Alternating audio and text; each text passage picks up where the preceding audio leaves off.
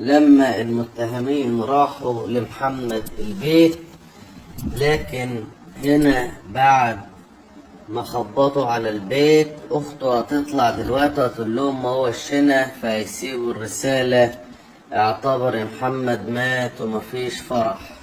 وبالفعل بعدها بوقت قليل جدا نفذوا جريمتهم، خدوا محمد معاهم على الموتوسيكل، وبعد كده تخلصوا من محمد. وحتى اخوه لما حاول يدافع عنه اصابوه ب70 غرزة. وده فيديو تاني بعد ما قتلوا محمد الشافعي، لحظة الهروب في السيارة الملاكي زي ما حضراتكم شايفين.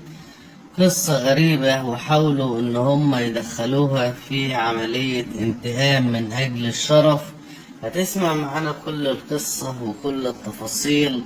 محمد بعد سفر 15 سنة وقبل فرحه بأيام قليلة، بعد ما جهز شقته وهتشوفها معانا خلال الحلقة ديت، يكون مصيره الموت. زي ما حضراتكم شايفين كده الآلاف والآلاف من أهالي نبروه كانت بتودع محمد بالبكاء، ادعوا له بالرحمة والمغفرة ولأسرته بالصبر والسلوان. وتعالى اسمع الحكاية الكاملة.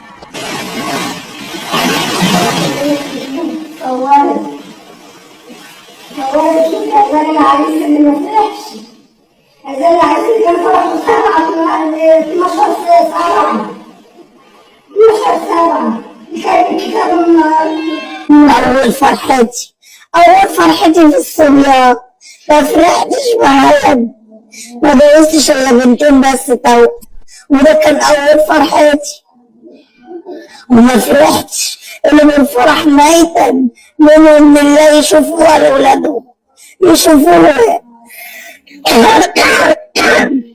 النهارده كان المفروض ترتيب تاني خالص لكتب كتاب محمد، كتب كتاب بدل ما نشغل الأغاني ونفرح، نشغل القرآن يا حبيبي، نشغل القرآن. محمد كان مرتب لليوم ده ازاي؟ زي أي عرس عايز يفرح، واحد نازل ويجهز تجهيزات الفرح وموضب لفرحه زي أي عرس عايز يفرح، زي أي عريس.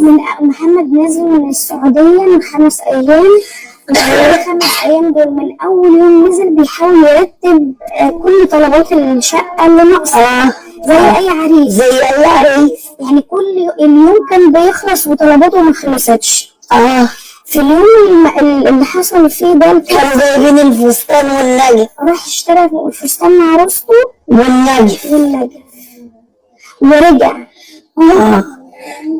ودى النجف في الشقة. هنا يفرحك بقى، يعني يقول لك انا اشتريت النجف. بعدها بقى ايه اللي نزلهم البيت؟ هم بقى، وانا ما اعرفش، ما انا قلت لك انا ما اعرفش. انا قلت له بس انتوا خارج، قلت له تعالى يا محمد ما تخرجش الساعة 1، تعالى يا محمد اقعد. قال لا ده انا جاي اهو، ما اعرفش. اتاري بقى هم ضاربين الجرس على البوابة من تحت، وبنتي كانت تحت فتحت لهم وقالوا لها مفيش فرح. واخته لسه تقول ان هم قالوا كده. ما قالتلوش حاجه، ما قالتلوش. هو راح معاهم ما خدش اخوانا منهم وركب وراهم الموتوسيكل. شفت الغدر لغايه فين؟ شفت الناس قلوبها سودا كده اكتر من كده. الكاميرات جابته وهو راكب الموتوسيكل. الكاميرات جابته وهو راكب الموتوسيكل. ابني التاني كان قاعد على الكافيتيريا شافه راكب الموتوسيكل ماشي وراه، قام رايحله. ده محمود ضربوه. محمود الصغير ضربوه من 70 طعنة. 70 طعنة. ده المصاب بس. كان مصاب. احنا يا ريت كانوا يضربوه بالقلم على وشه، اكسروا له حتى رجله كنا أجلنا الفرح. مش موت كده، حرام عليهم، حزم الله ونعم الوكيل فيهم، بيتعامل فيهم كده. اشوفهم معدومين 5 اشوفهم معدومين يا رب الخمسة. تعرفي الخمسة يا أم؟ ولا اعرف ولا ما اعرفش حد. انا لا بخرج ولا بروح في حتة، ولا بروح في حتة يا حاج يا بنتي، ما بروحش في حتة. لكن تعرفي جارك اللي كان جيران الجيران بس. تعرفيه شبه؟ عارفاه. عنده كام سنة جارك ده؟ ابنها يعني شاب في الجيش، هو اللي كان بيحوم حوالين البيت وبيراقب خطواته وبيسأل على كل خطوات محمد.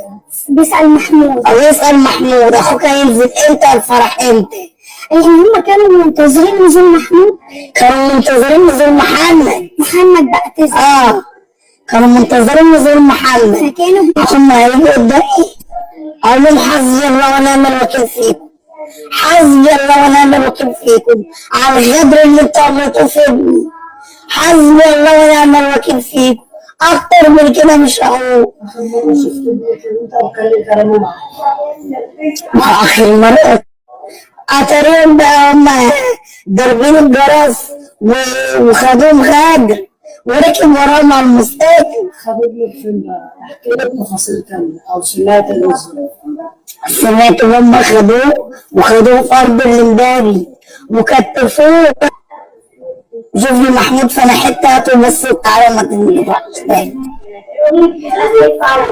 هو للأسف محمد ما كانش حاطط أي خوانة، بدليل إن هو راكب على الموتوسيكل معاه. مش حاطط أي خوان، بدليل ركب المستقبل بس غدروا بيه. أرواح الناس عندكم إيه؟ حرام عليكم، هي فرخة بتذبحوها فرخة. قلتي قلبك ما قدرش يطلعك إن أنت تشوفي محمود في القبر. للأسف ما قدرتش، ما رجلي ما شالتنيش، ما قدرتش أروح، فضلت نايمة على السرير عمالة أعيط وأصوت، لكن ما قدرتش أشوفه وأرجع من غيره. كنت عايزة أشوفه عريس. ده أول فرحتي، أول فرحتي هو الابن الوسطاني. أنا ما فرحتش حتى بالكبير لسه، بس ده ابن الوسطاني وكان أول فرحتي في الصبيان. حسبي الله ونعم الوكيل فيه، حسبي الله ونعم الوكيل فيه. النهارده كان المفروض تجهزي المكتب ابنك. ده أول حد وصل الخبر وفاة ابنك رحمة الله عليه.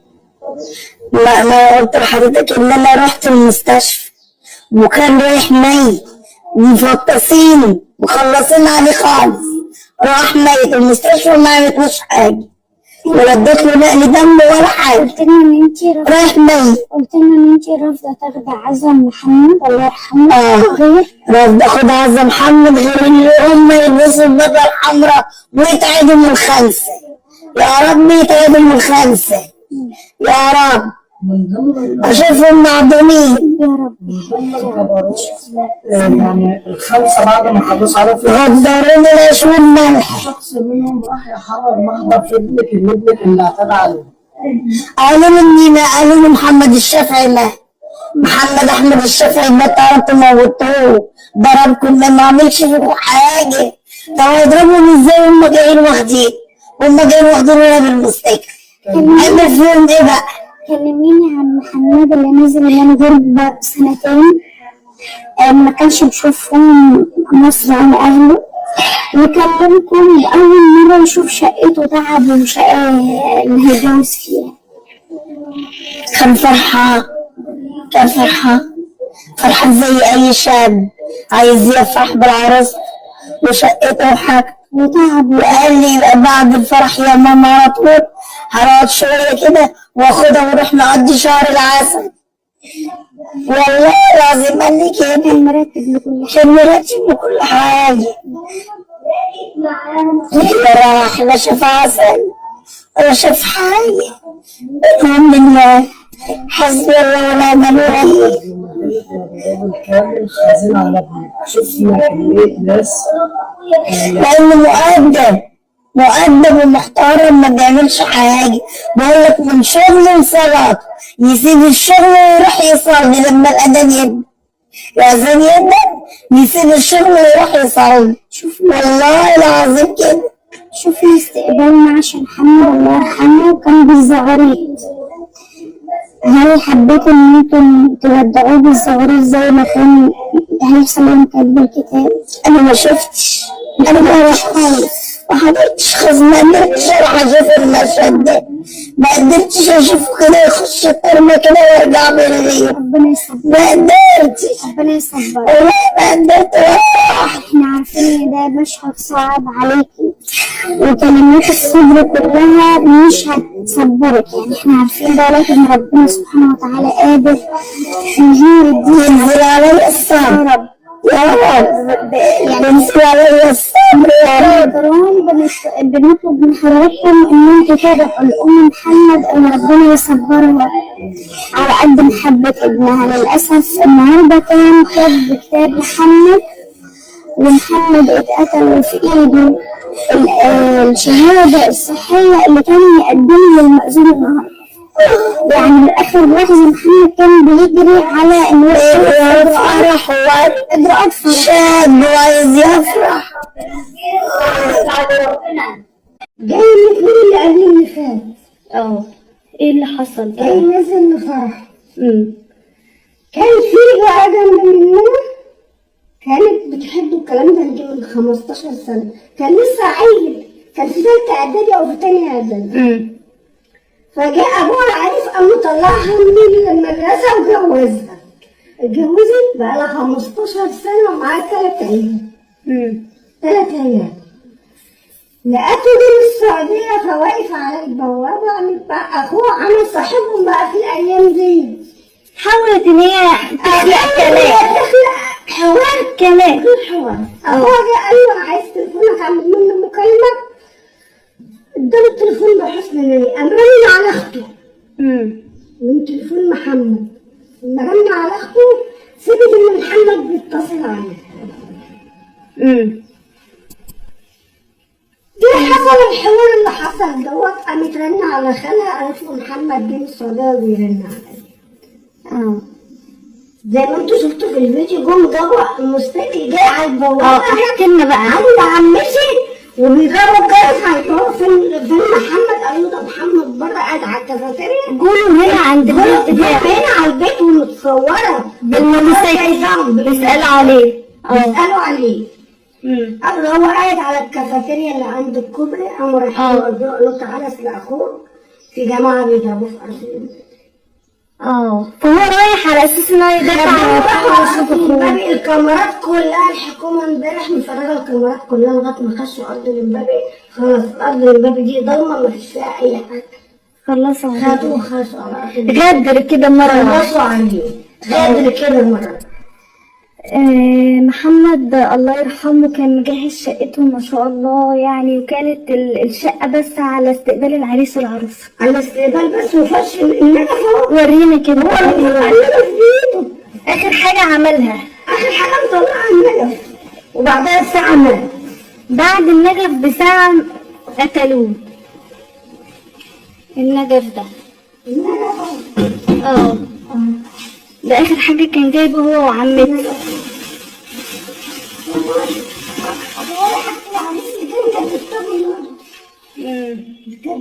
كنتوا بتستعدوا النهارده تكتبوا كتاب محمد؟ كتبتها النهارده ورفاق تيجي مثل النهارده والجمعة الجاية 12/7. الفرح 12/7. محمد متغرب علشان يتجوز. خاطب بقاله قد ايه هو؟ خاطب بقاله حوالي سنة أو سنة ونص. سنة ونص. كان بيحب خطيبته وعيلة يتيمة، باباها ميت. يتيمة. يتيمة الأب. وبقى تقول له ربنا عوضني بيك. ربنا عوضني بيك. إنما الفرحة ما كملتش. تفوت فرحة في عينينا. ما نبقى قاعدين نستنى كاتب الكتاب النهارده نقعد في ميدان. انتوا قلتوا لي كمان ان المتهمين راحوا عند اخته وقالوا لها الفرح هيبقى ميتة. اصل هم جيران اخته. هم جيران اخته وقرايب جوز اخته. قالوا لها يعني هددوها. الناس لا لما جالها تليفون قالوا لها تعالى اصل اخوك المتعور. قاموا جيرانها مهددينها ان هم قرايب جوزها. هم في حال الاصل قرايب جوزها. ام الست دي قالت لها ان شاء الله فرحكم هيتقلب ميتة. يعني هددوا من قبلها. هددوا من قبلها. حاجته يا عيني لسه كمان بكياسها، لسه في حاجات كمان ما اتصرفتش.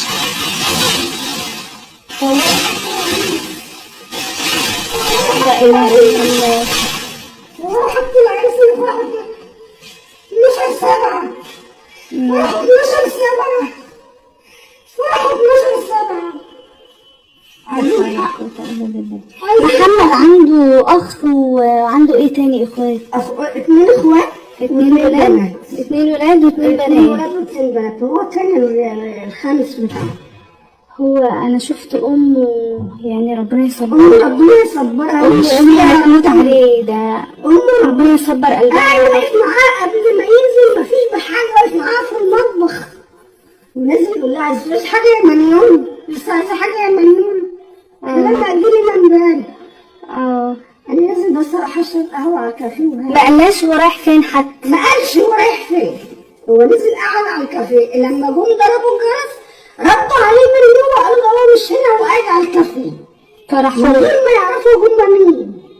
اه وبعدين ناس اصحابه جايين خدونا على الكافيه على المستكشف على الارض اللي مدربين. انتوا المفروض كنتوا مشغلين اغاني وعاملين دي جي والله كمان مره قابلني وقال لي ما تتاخريش، كاتب الكتاب الجمعه والرفاق الجمعه اللي بعدها والفرح 12/7.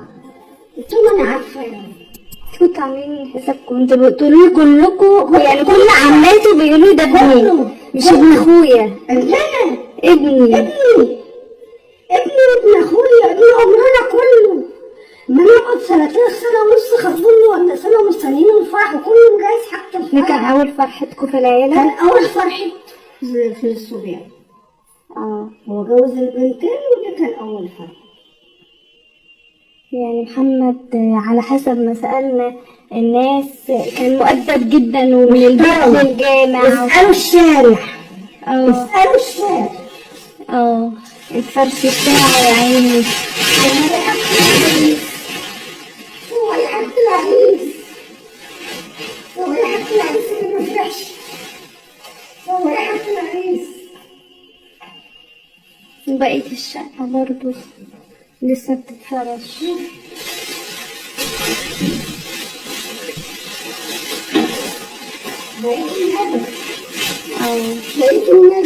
بقيت الحاجة. ربنا يصبر قلوبكم يا رب.